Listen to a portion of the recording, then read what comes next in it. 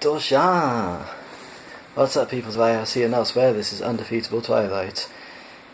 Recording a very late video, because it's still Wednesday by my rule, because the day doesn't end till I go to bed. You know how it works by now. And I have been out at the munch, and I am about to record a very long video. I am redoing the chapter that I did last week, because last week the video came out terribly, so I'm doing it again. So, here we go. I have prepared this time. I've got my drink just off camera there, so I may be stopping to take frequent drink breaks that I don't edit out because I'm lazy and I don't actually edit my videos. But let's get into it, and hopefully it'll record well this time. Here we go, chapter 4 of the Life, the Universe, and Everything. It was a charming and delightful day at Lord's as Ford and Arthur tumbled haphazardly out of a space-time anomaly and hit the immaculate turf rather hard. The applause of the crowd was tremendous. It wasn't for them, but instinctively they bowed anyway, which was fortunate because the small red heavy ball which the crowd actually had been applauding whistled mere millimetres over Arthur's head. In the crowd a man collapsed. They threw themselves back to the ground, which seemed to spin hideously around them. "What was that?" hissed Arthur. "Something red," hissed Ford back at him. "Where are we?" Somewhere green." "Shapes," muttered Arthur. "I need shapes." The applause of the crowd had been rapidly succeeded by gasps of astonishment and the awkward titters of hundreds of people who could not yet make up their minds about whether to believe what they had just seen or not. "This your sofa?" said a voice. "What was that?" whispered Ford. Arthur looked up. "Something blue," he said. "Shape?" said Ford. Arthur looked again. "It is shaped," he hissed at Ford with his brow savagely furrowed, "like a policeman." They remained crouched there for a few moments, frowning deeply. The blue thing shaped like a policeman tapped them both on the shoulders. "Come on, you two," the shape said. "Let's be having you." These words had an electrifying effect on Arthur. He leapt to his feet like an author hearing the phone ring. Bit of personal experience there, Douglas Adams. And shot a series of startled glances at the panorama around him, which had suddenly settled down into something of quite terrifying ordinariness. "Where did you get this from?" he yelled at the policeman shape. "What did you say?" said the startled shape. "This is Lord's cricket ground, isn't it?" snapped Arthur. "Where did you find it? How did you get it here?" "I think," he added, clasping his hand to his brow, "that I had better calm down." He squatted down abruptly in front of Ford. "It is a policeman," he said. "What do we do?" Ford shrugged. "What do you want to do?" he said. "I want you," said Arthur, "to tell me that I have been dreaming for the last 5 years." Ford shrugged again and obliged. "You've been dreaming for the last 5 years," he said. Arthur got to his feet. "It's all right, officer," he said. "I've been dreaming for the last 5 years. Ask him," he added, pointing at Ford. "He was in it." Having said this, he sauntered off towards the edge of the pitch, brushing down his dressing gown. He then noticed his dressing gown and stopped. He stared at it. He flung himself at the policeman. "So where did I get these clothes from?" he howled. He collapsed and lay twitching on the grass. Ford shook his head. "He's had a bad 2 million years, he said to the policeman, and together they heaved Arthur onto the sofa and carried him off the pitch, and were only briefly hampered by the sudden disappearance of the sofa on the way. Reactions to all this from the crowd were many and various. Most of them couldn't cope with watching it and listened to it on the radio instead. "Well, this is an interesting incident, Brian," said one radio commentator to another. Note for American viewers, if there are any of you, Brian here is Brian Johnson, a famous real-life English cricket commentator. Just a little bit of cultural trivia for you. "I don't think there have been any mysterious materializations on the pitch since, well, I don't think there have been any, have there, that I recall? Edgbaston, 1932. Now what happened then? Well, Peter, I think it was Cantor facing Wilcox coming up to bowl from the pavilion end, when a spectator suddenly ran straight across the pitch." There was a pause whilst the first commentator considered this. "Yes," he said. "Yes, there's nothing actually very mysterious about that, is there? He didn't actually materialise, did he? Just ran on." "No, that's true, but he did claim to have seen something materialise on the pitch." "Ah, did he?" "Yes, an alligator, I think, of some description." "Ah, and had anyone else noticed it?" "Apparently not, and no one was able to get a very detailed description from him, so only the most perfunctory search was made." "And what happened to the man?"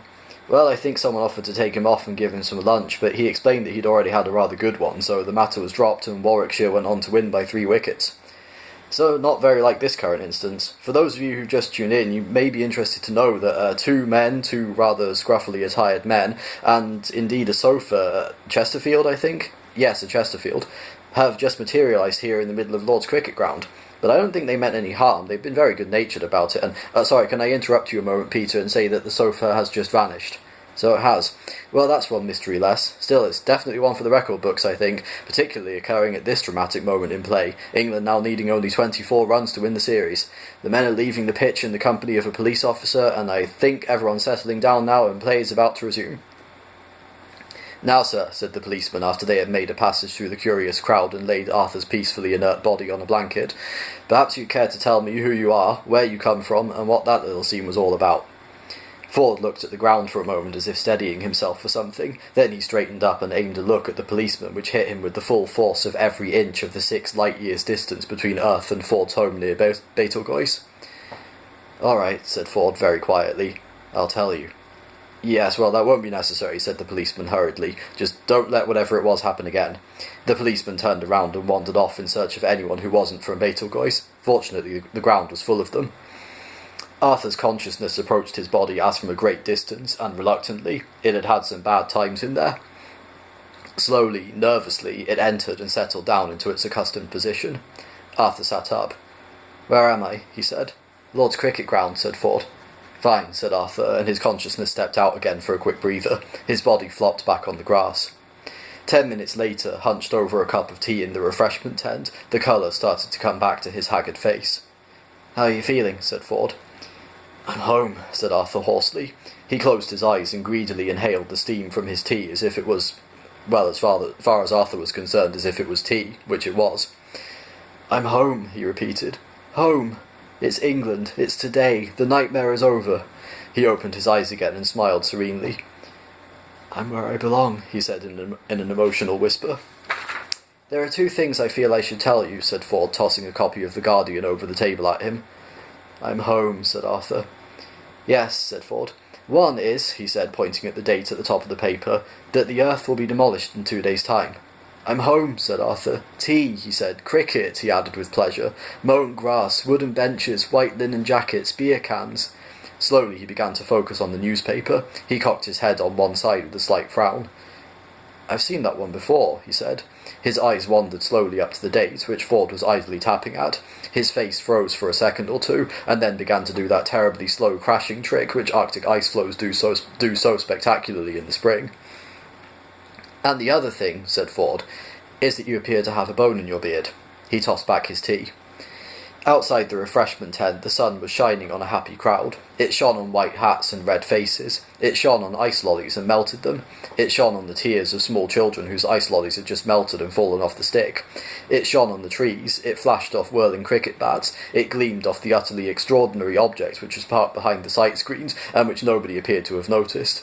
It beamed on Ford and Arthur as they emerged blinking from the refreshment tent and surveyed the scene around them. Arthur was shaking. "Perhaps," he said. "I should know," said Ford sharply. "What?" said Arthur. "Don't try and phone yourself up at home." "How did you know?" Ford shrugged. "But why not?" said Arthur. "People who talk to themselves on the phone," said Ford, "never learn anything to their advantage." "But look," said Ford. He picked up an imaginary phone and dialed an imaginary dial. "Hello?" he said into the imaginary mouthpiece.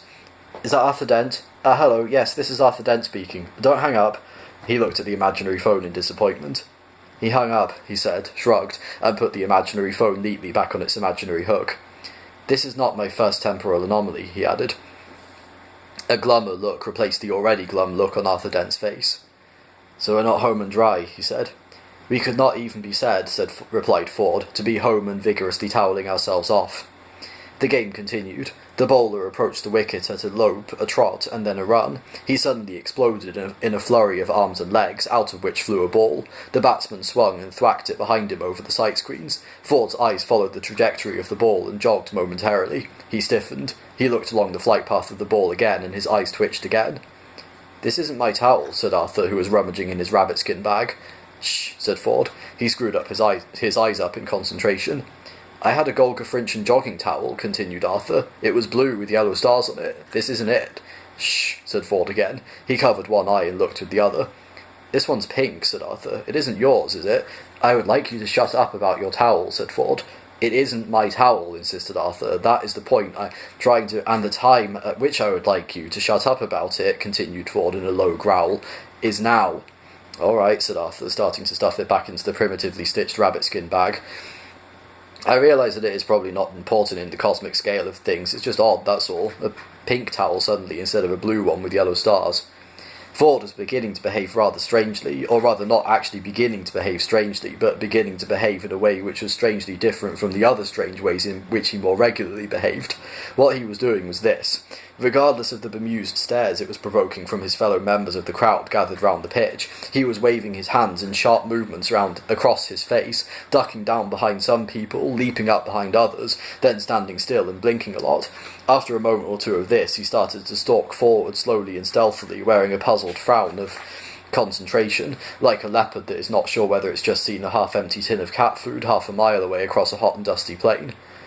"This isn't my bag, either," said Arthur suddenly. Ford's spell of concentration was broken. He turned angrily on Arthur. "I wasn't talking about my towel," said Arthur. "We've established that that isn't mine. It's just that the bag into which I was putting the towel, which is not mine, is also not mine, though it is extraordinarily similar. Now, personally, I think that that is extremely odd, especially as the bag was one I made myself on prehistoric Earth. These are also not my stones," he added, pulling a few flat grey stones out of the bag. "I was making a collection of interesting stones, and these are clearly very dull ones." A roar of excitement thrilled through the crowd and obliterated whatever it was that Ford said in reply to this piece of information. The cricket ball which had excited this reaction fell out of the sky and dropped neatly into Arthur's mysterious rabbit-skin bag. "Now I would say that that was also a very curious event," said Arthur, rapidly closing the bag and pretending to look for the ball on the ground. "I don't think it's here," he said to the small boys who immediately clustered round him to join in the surge. "It probably rolled off somewhere. Over there, I expect." He pointed vaguely in the direction in which he wished they would push off. One of the boys looked at him quizzically. "You all right?" said the boy. "No," said Arthur. "Then why you got a bone in your beard?" said the boy. "I'm training it to like being wherever it's put." Arthur prided himself on saying this. It was, he thought, exactly the sort of thing which would entertain and stimulate young minds. "Oh," said the small boy, putting his head on one side and thinking about it. "What's your name?" "Dent," said Arthur. "Arthur Dent." "You're a jerk, Dent," said the boy. "A complete asshole." The boy looked past him at something else to show that he wasn't in any particular hurry to run away, and then wandered off scratching his nose. Suddenly Arthur remembered that the Earth was going to be demolished again in 2 days' time, and just this once didn't feel too bad about it. Play resumed with a new ball, the sun continued to shine, and Ford continued to jump up and down, shaking his head and blinking. "Something's on your mind, isn't it?" said Arthur. "I think," said Ford in a tone of voice which Arthur by now recognised as one which presaged something utterly unintelligible, "that there's an SCP over there." He pointed. Curiously enough, the direction he pointed in was not the one in which he was looking. Arthur looked in the one direction, which was towards the sight screens, and in the other, which was at the field of play. He nodded. He shrugged. He shrugged again. "A what?" he said. "An SCP. An SEP. And what's that?" "Somebody else's problem," said Ford. "Ah, good," said Arthur, and relaxed. He had no idea what all that was about, but at least it seemed to be over. It wasn't. "Over there," said Ford, again pointing at the sight screens and looking at the pitch. "Where?" said Arthur. "There," said Ford. "I see," said Arthur, who didn't. "You do?" said Ford. What, said Arthur. "Can you see," said Ford patiently, "the SCP? I thought you said that was someone else's problem." "That's right." Arthur nodded slowly, carefully, and with an air of immense stupidity. "And I want to know," said Ford, "if you can see it." "You do?" "Yes." "What," said Arthur, "does it look like?" "Well, how should I know, you fool?" shouted Ford. "If you can see it, you tell me." Arthur experienced that dull throbbing sensation just behind the temples, which was a hallmark of so many of his conversations with Ford. His brain lurked like a frightened puppy in its kennel. Ford took him by the arm. "An SCP," he said, "is something that we can't see, or don't see, or our brain doesn't let us see, because we think that it's somebody else's problem. That's what SCP means, somebody else's problem. The brain just edits it out. It's like a blind spot. If you look at it directly, you won't see it unless you know precisely what it is. Your only hope is to catch it by surprise out of the corner of your eye." "Ah," said Arthur, "then that's why—" "Yes," said Ford, who knew what Arthur was going to say. "You've been jumping up and yes, down, and blinking yes, and I think you got the message." "I can see it," said Arthur. "It's a spaceship." For a moment Arthur was stunned by the reaction this revelation provoked. A roar erupted from the crowd, and from every direction people were running, shouting, yelling, tumbling over each other in a tumult of confusion. He stumbled back in astonishment and glanced fearfully around. Then he glanced around again in even greater astonishment. "Exciting, isn't it?" said an apparition. The apparition wobbled in front of Arthur's eyes, though the truth of the matter is probably that Arthur's eyes were wobbling in front of the apparition. His mouth wobbled as well. His mouth said. "I think your team have just won," said the apparition. Sorry, I kind of tried to do an old man voice for this person, but it's not a voice I can do very well, so it might not be very consistent. Repeated Arthur, and punctuated each wobble with a prod at Ford Prefect's back. Ford was staring at the tumult in trepidation. "You are English, aren't you?" said the apparition. "Yes," said Arthur. "Well, your team, as I say, have just won the match. It means they retained the Ashes. You must be very pleased. I must say I'm rather fond of cricket, though I wouldn't like anyone outside this planet to hear me saying that. Oh dear, no." The apparition gave what looked as if it might have been a mischievous grin, but it was hard to tell because the sun was directly behind him, creating a blinding halo round his head and illuminating his silver hair and beard in a way which was awesome, dramatic, and hard to reconcile with mischievous grins. "Still," he said, "it'll all be over in a couple of days, won't it? Though, as I said to you when we last met, I was very sorry about that. Still, whatever will have been, will have been." Arthur tried to speak, but gave up the unequal struggle. He prodded Ford again. "I thought something terrible had happened," said Ford, "but it's just the end of the game. We ought to get out." "Oh, hello, Slarty Bartfuss, what are you doing here?" "Oh, pottering, said the old man gravely.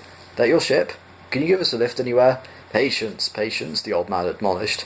"Okay," said Ford. "It's just that this planet's going to be demolished pretty soon." "I know that," said Slarty Bartfast. Well, I just wanted to make that point," said Ford. "The point is taken." "And if you feel that you really want to hang around a cricket pitch at this point," "I do." "Then it's your ship." "It is." "I suppose." Ford turned away sharply at this point. "Hello, Slarty Bartfast," said Arthur at last. "Hello, Earthman," said Slarty Bartfast. "After all," said Ford, "we can only die once." The old man ignored this and stared keenly onto the pitch, with eyes which seemed alive with expressions that had no apparent bearing on what was happening out there. What was happening was that the crowd was gathering itself into a wide circle round the centre of the pitch. What Slarty Bartfast saw in it he alone knew.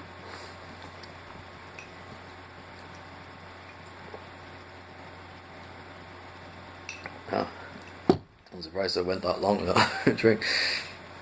Ford was humming something. It was just one note repeated at intervals. He was hoping that somebody would ask him what he was humming, but nobody did. If anybody had asked him, he would have said he was humming the first line of a Noel Coward song called Mad About the Boy over and over again.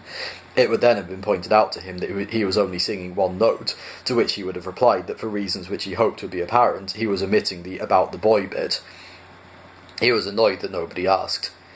"It's just," he burst out at last, "that if we don't go soon, we might get caught in the middle of it all again, and there's nothing that depresses me more than seeing a planet being destroyed. Except possibly still being on it when it happens. Or," he added in an undertone, "hanging around cricket matches." "Patience," said Slarty Bartfast again. "Great things are afoot." "That's what you said last time we met," said Arthur. "They were," said Slarty Bartfast. "Yes, that's true," admitted Arthur.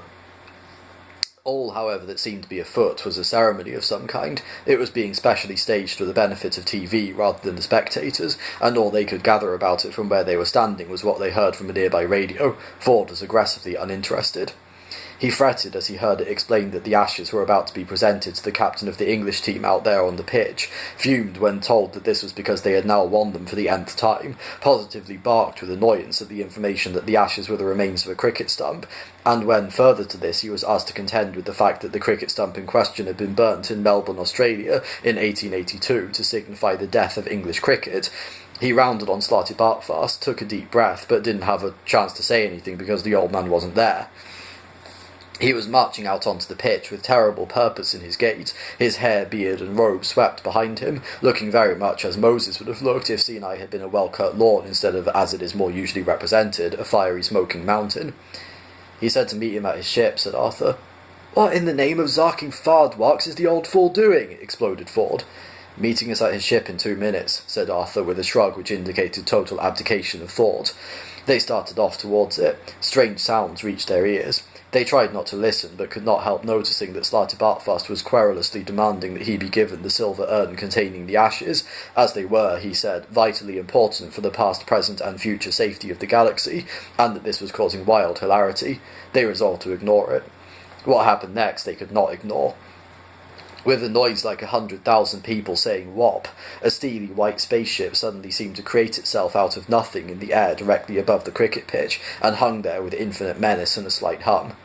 Then for a while it did nothing, as if it expected everybody to go about their normal business and not mind it just hanging there. Then it did something quite extraordinary, or rather it opened up and let something quite extraordinary come out of it, 11 quite extraordinary things. They were robots, white robots. What was most extraordinary about them was that they appeared to have come dressed for the occasion.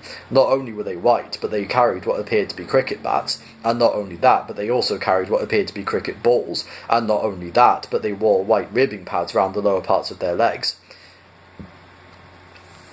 These last were extraordinary because they appeared to contain jets which allowed these curiously civilized robots to fly down from their hovering spaceship and start to kill people, which is what they did. "Hello," said Arthur. "Something seems to be happening." "Get to the ship," shouted Ford. "I don't want to know. Just get to the ship." He started to run. "I don't want to know. I don't want to see. I don't want to hear," he yelled as he ran. "This is not my planet. I didn't choose to be here. I don't want to get involved. Just get me out of here and get me to a party with people I can relate to." Smoke and flame billowed from the pitch. "Well, the Supernatural Brigade certainly seems to be out in force here today," burbled a radio happily to itself. "What I need," shouted Ford by way of clarifying his previous remarks, "is a strong drink and a peer group." He continued to run, pausing only for a moment to grab Arthur's arm and drag him along with him. Arthur had adopted his normal crisis role, which was to stand with his mouth hanging open and let it all wash over him. "They're playing cricket," muttered Arthur, stumbling along after Ford. "I swear they are playing cricket. I do not know why they are doing this, but that is what they are doing. They're not just killing people, they're sending them up," he shouted. "Ford, they're sending us up!" It would have been hard to disbelieve this without knowing a great deal more galactic history than Arthur had so far managed to pick up in his travels. The ghostly but violent shapes that could be seen moving within the thick pall of smoke seemed to be performing a series of bizarre parodies of batting strokes, the difference being that every ball they struck with their bats exploded wherever it landed. The very first one of these had dispelled Arthur's initial reaction that the whole thing might just be a publicity stunt by Australian margarine manufacturers. And then, as suddenly as it had all started, it was over. The 11 white robots ascended through the seething cloud in a tight formation, and with a few last flashes of flames entered the bowels of their hovering white ship, which, with the noise of 100,000 people saying "foop," promptly vanished into the thin air out of which it had whopped. For a moment there was a terrible stunned silence, and then out of the drifting smoke emerged the pale figure of Slarty Bartfast, looking even more like Moses, because in spite of the continued absence of the mountain, he was at least now striding across a fiery and smoking well-mown lawn. He stared wildly about him until he saw the hurrying figures of Arthur Dent and Ford Prefect forcing their way through the frightened crowd, which was for the moment busy stampeding in the opposite direction. The crowd was clearly thinking to itself about what an unusual day this was turning out to be, and not really knowing which way, if any, to turn. Slarty Bartfast was gesticulating urgently at Ford and Arthur and shouting at them, as the three of them gradually converged on his ship, still parked behind the sight screens and still apparently unnoticed by the crowd stampeding past it, who presumably had enough of their own problems to cope with at that time. "They've gobble wobble fobble," shouted Slarty Bartfast in his thin, tremulous voice. "What did he say?" panted Ford as he elbowed his way onwards. Arthur shook his head. "They've something or other," he said. "They've table wobble fobble," shouted Slarty Bartfast again. Ford and Arthur shook their heads at each other. "It sounds urgent," said Arthur. He stopped and shouted. "What?" "They've gobble wobble fashes," cried Slarty Bartfast, still waving at them. "He says," said Arthur, "that they've taken the ashes. That is what I think he says." They ran on. "These," said Ford. "Ashes," said Arthur tersely. "The burnt remains of a cricket stump. It's a trophy. That," he was panting, "is, apparently, what they have come and taken." He shook his head very slightly, as if he was trying to get his brain to settle down lower in his skull. "Strange thing to want to tell us," said Ford. "Strange thing to take. Strange ship." They had arrived at it. The second strangest thing about this ship was watching the somebody else's problem field at work. They could now clearly see the ship for what it was, simply because they knew it was there. It was quite apparent, however, that nobody else could. Sorry.